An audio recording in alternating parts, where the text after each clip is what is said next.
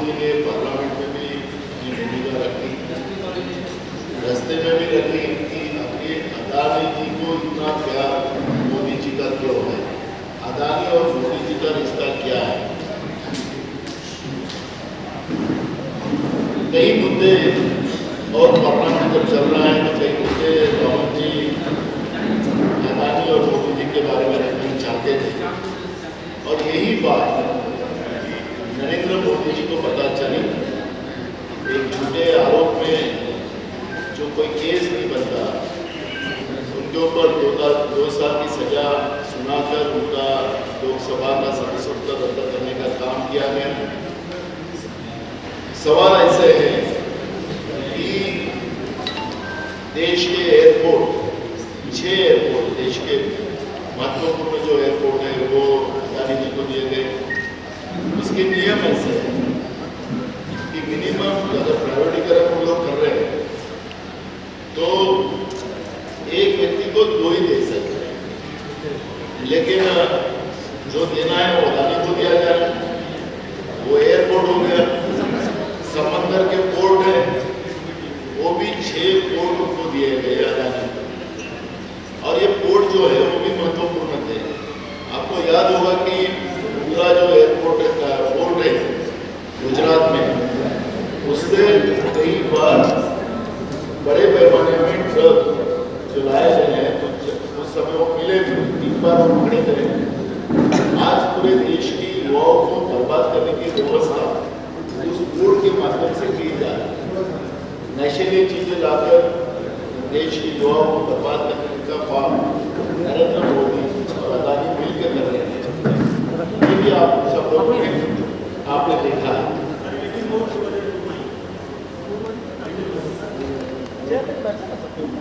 उस दूसरा ऐसा कि जो देश की म्यूजिक जो है वो भी बड़े पैमाने पे बेची जा रही है। आपको तो पता है कि पीयूसीज हमारे देश की युवाओं को बड़े पैमाने में जॉब देने का काम करती थी। देश के लोगों के लिए, जैसे हम पेट्रोलियम की बात अगर देखते हैं तो पेट्रोलियम जब मनमोहन सिंह साहब की जब सरकार थी तो इंटरनेशनल बाजार में कच्चे तेल के दाम आज से भी ज़्यादा थे, लेकिन पेट्रोलियम व्यवस्था सरकार के कब्जे में थी, पीयूसीज के पास थी। लोगों को कम दर में दाम में पेट्रोलियम व्यवस्था आपको सरकार के तिजोरी में उसका अगर बटन आ भी गया, लेकिन लोगों को कम दाम में चीज़ें मिलना चाहिए। ये काम डॉक्टर मनमोहन सिंह साहब की सरकार में हुआ। आज आपने देखा होगा कि देश के पेट्रोलियम मिनिस्टर बताते कि अब हमारे हाथ में नहीं है, डीजल, पेट्रोल और गैस के कीमतें कम करने के अधिकार हमारे नहीं है। पूरे के पूरे पीयूसीज आज अदानी और अंबानी के हाथ में चले गए, उनके मित्रों के हाथ में गए, नरेंद्र मोदी के मित्रों के हाथ में गए। ये हम देख रहे हैं। देश का जो डिफेंस व्यवस्था है वो डिफेंस भी आज अदानी के हाथ में चले। उसमें चाइनीज लोग उसमें इन्वॉल्व किए गए। राहुल जी ने उसमें प्रश्न भी किया कि ये चाइनीज व्यक्ति कौन है। तो क्या देश की सुरक्षा, देश की जनता का अधिकार, ये सब चीजें बेचने के लिए नरेंद्र मोदी को हमने सत्ता में नहीं लाया, और उसका जवाब पूछने का अधिकार देश की जनता को है। अपोजिशन पार्टी का अंदर कांग्रेस को तो ज्यादा है, और हमारे नेता राहुल गांधी जी ये सवाल उनको पूछ रहे थे, लेकिन आज ये सवालों को पूछने के बाद जिस तरह से झूठा आरोप लगाकर, क्योंकि मोदी जो चीज है, मोदी सरनेम के हमारे बिहार में भी लोग हैं, गुजरात में भी है, महाराष्ट्र में भी देश के वो विविध जाति और धर्मों में। अब विविध जाति धर्मों में होने के बाद ललित मोदी, नरेंद्र मोदी, ललित मोदी, नीरव मोदी, ये जो लोग हैं भगोड़े जिन्हें हमारे देश की जनता का पैसा लूट कर भागे हैं, उनके बारे में उनको छोड़ता है। वो कहते हैं कि बैकवर्ड को आपने अपमान किया। अगर नीरव मोदी और ललित मोदी ये बैकवर्ड है, तो जो बैकवर्ड लोग इस देश में रहते हैं, हमारे बिहार में रहते हैं, तो उनको पता है ना कौन बैकवर्ड में है। इस तरह के दुनिया के हमारे हिंदुस्तान की जनता को झूठ बोलकर अंधेरे सपने दिखाकर कितने दिन तुम सत्ता में रहोगे, ये सवाल हम बीजेपी को पूछना चाहते हैं।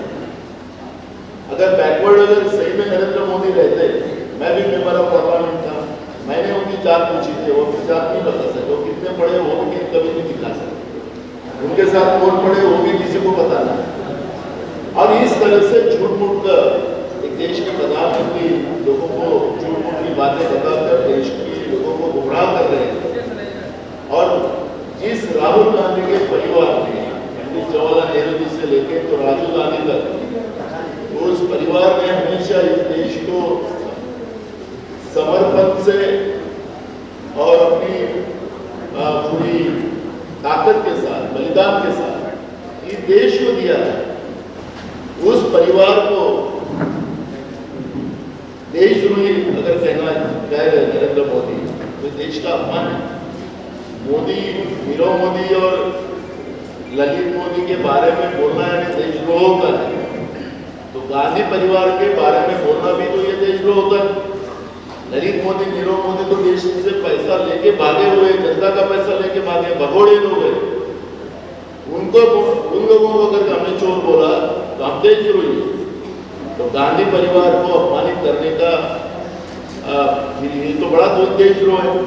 तो बीजेपी के लोग क्या गांधी परिवार से माफी मांगेंगे, ये सवाल हमारा। और जिस तरह से आज राहुल गांधी को अपमानित किया जाता, मैं मेंबर ऑफ पार्लियामेंट, मुझे पता है कि मैडम सोनिया जी को बीजेपी के मंत्री, जिसमें बिहार के भी कुछ मंत्री है, उस राजीव गांधी की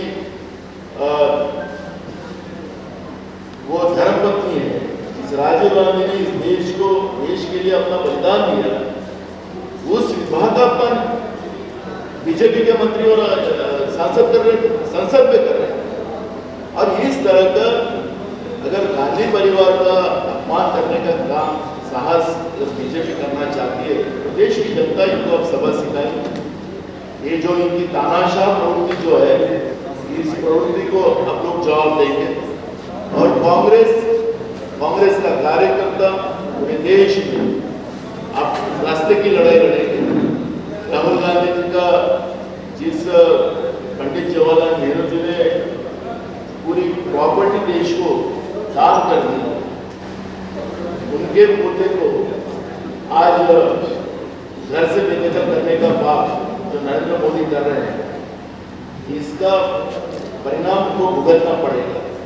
और जिस तरह से देश की जनता को इस तानाशाह प्रवृत्ति की वजह से महंगाई, बेरोजगारी, किसान की आत्महत्या, किसान को बर्बाद करने का पाप जो बीजेपी कर रही है, नरेंद्र मोदी की सरकार कर रही है, इनको इसका भी परिणाम भुगतना पड़ेगा। हम रिजर्वेशन की बात करेंगे, जब संविधान की बात आती है तो रिजर्वेशन उसका मेन आत्मा है। तो रिजर्वेशन में भी आपने देखा होगा कि जब संविधानिक व्यवस्था ही पूरी खत्म कर दी, पीयूसी पूरी बेच दी, तो पीयूसी अगर प्राइवेट आदमी के हाथ में गई तो उसमें रिजर्वेशन की इशू खत्म हो। और बिहार में मुझे ऐसा है कि जितने भी पीयूसी में, अगर देश के जितने पीयूसी उसमें बिहार के लोग ज़्यादा उसमें नौकरी पे रहे, और बिहार का बड़ा योगदान पीयूसी में रहा है। तो आज पीयूसी बंद कर दिया, पीयूसी प्राइवेट आदमी लोगों को बेच दिया, तो उसमें रिजर्वेशन खत्म कर दिया। तो फिर रिजर्वेशन खत्म हो गया तो फिर बैकवर्ड हो, शेड्यूल कास्ट हो, ट्राइबल हो, किसी को भी रिजर्वेशन नहीं मिलेगा। और ये जो परिस्थिति बना के रखी है, उसका हम बार बार विरोध कर रहे हैं। आपको पता होगा कि हम लोगों का अभी रायपुर में पार्टी का महाधिवेशन हुआ, और महाधिवेशन में कांग्रेस पार्टी ने इस बार अपनी भूमिका स्पष्ट की।